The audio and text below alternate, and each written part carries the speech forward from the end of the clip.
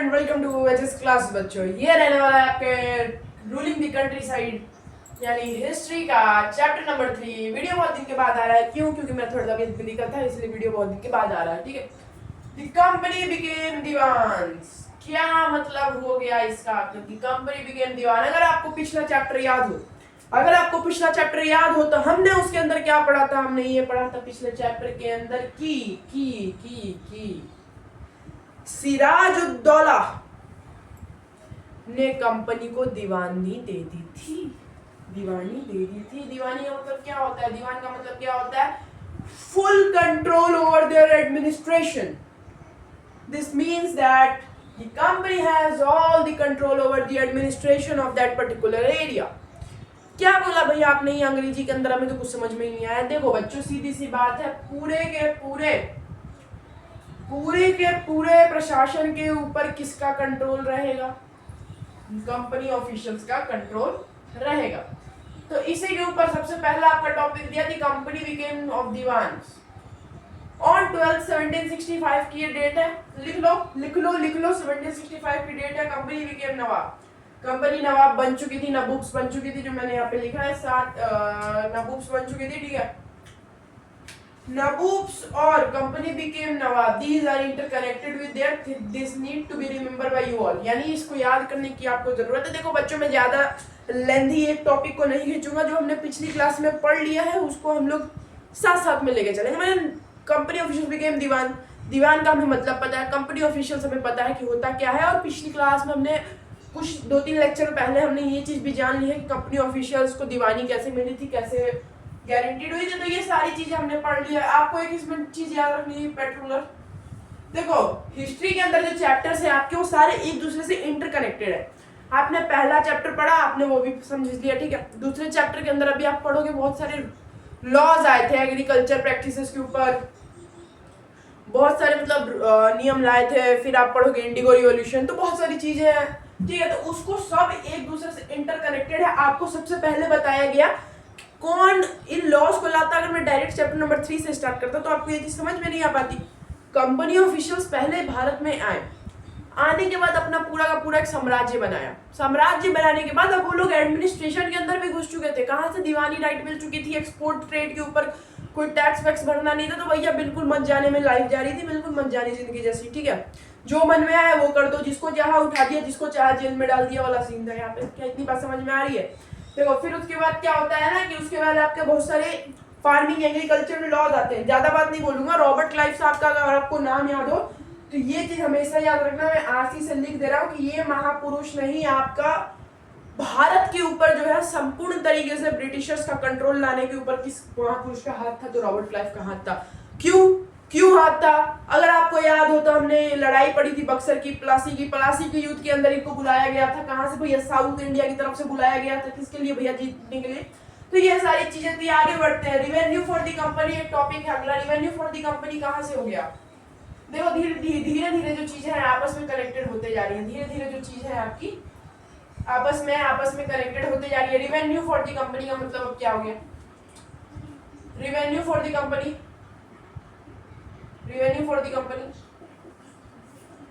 थोड़ा सा एनसीईआरटी पढ़ लेते हैं। क्या दिया हुआ है आपकी एनसीईआरटी में, उसके हिसाब से मैं फिर आपको समझाता हूँ।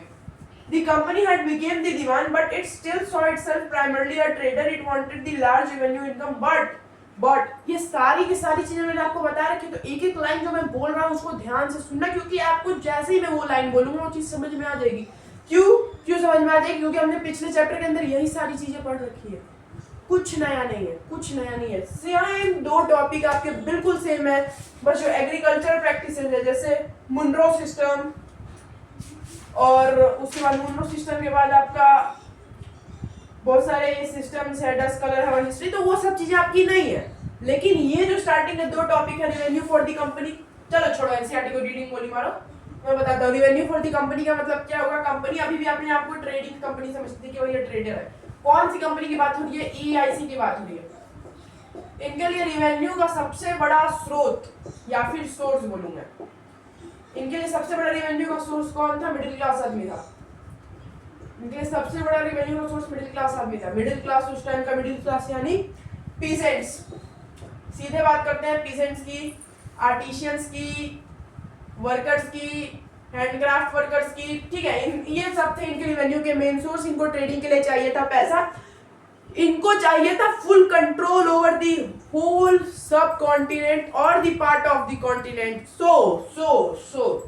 सो they have introduce the plan of revenue increasing. वो जितना भी मतलब पेट्रोलर, मैंने आपको पिछली भी बोला पेट्रोलर, इन्होंने सोचा कि भैया वजीर को पकड़ो, राजा को पकड़ने में मजा नहीं है, वजीर को पकड़ो, उसको बाद में राजा बना दो, उसके ऊपर पूरा कंट्रोल हम लोग का रहेगा। सही बात है, सही बात है, समझिए। पेट रूलर का सिस्टम था। पेट रूलर इनको क्या करता था, पूरा का पूरा, अगर मैं थोड़ा सा दिखा दूं, पूरा का पूरा मतलब मान लो कि ये एक पार्ट है, इसका किंग, इसका राजा आपका भैया है एचएस क्लासेस, चलो इसका राजा। तो एचएस क्लासेस के अंदर कोई एक मंत्री होगा, कोई वजीर होगा। मान लो आप मेरे वजीर हो, मैं मान लिया आप मेरे मंत्री हो, ठीक है, आप मेरे मंत्री हो। अब ब्रिटिशर्स ने बहुत दिमाग लगा, ब्रिटिशर्स ने सोचा इसको पकड़ो, तब हम लोग इसको जो है किल कर पाएंगे। इसको किल करने के लिए इसको पकड़ना जरूरी है। तो इसको पकड़ा, प्लासी का युद्ध कराया, बक्सर का युद्ध कराया, battle of Plassey, battle of Buxar पढ़ना पड़ा। क्यों? क्योंकि अपने एडमिनिस्ट्रेशन के अंदर ही एक आदमी गद्दार था, ठीक है।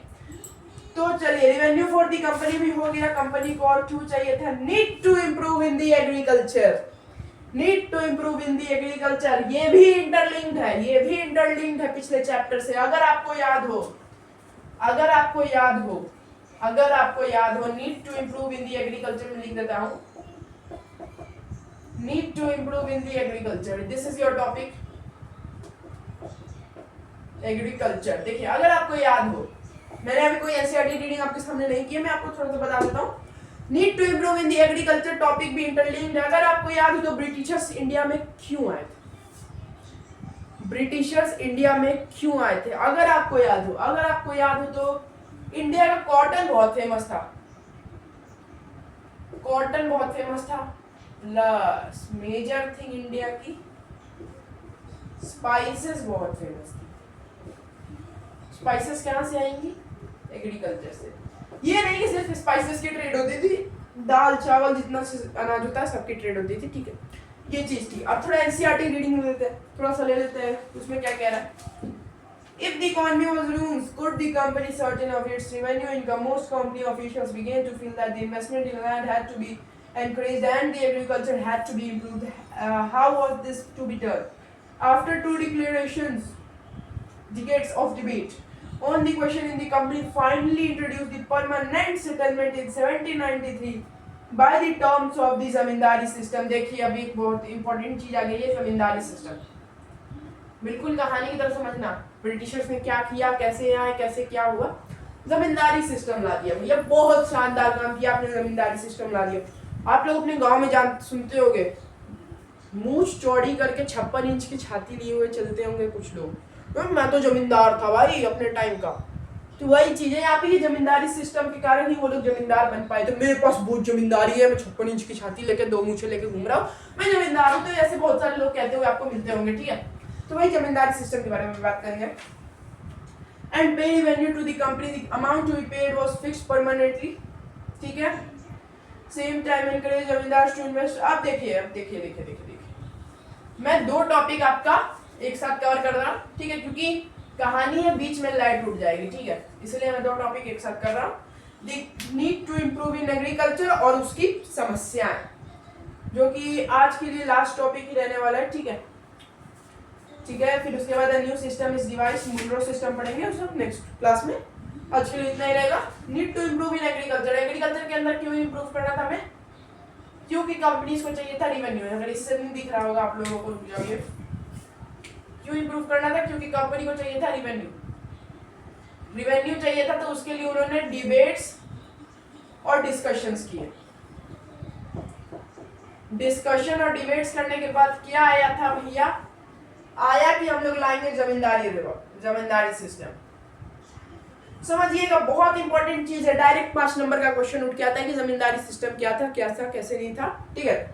समझिएगा, बहुत इंपॉर्टेंट चीज है जमींदारी सिस्टम। जमींदारी सिस्टम के according to the zamindari system, one man will be seated on the whole gaon village, ठीक है।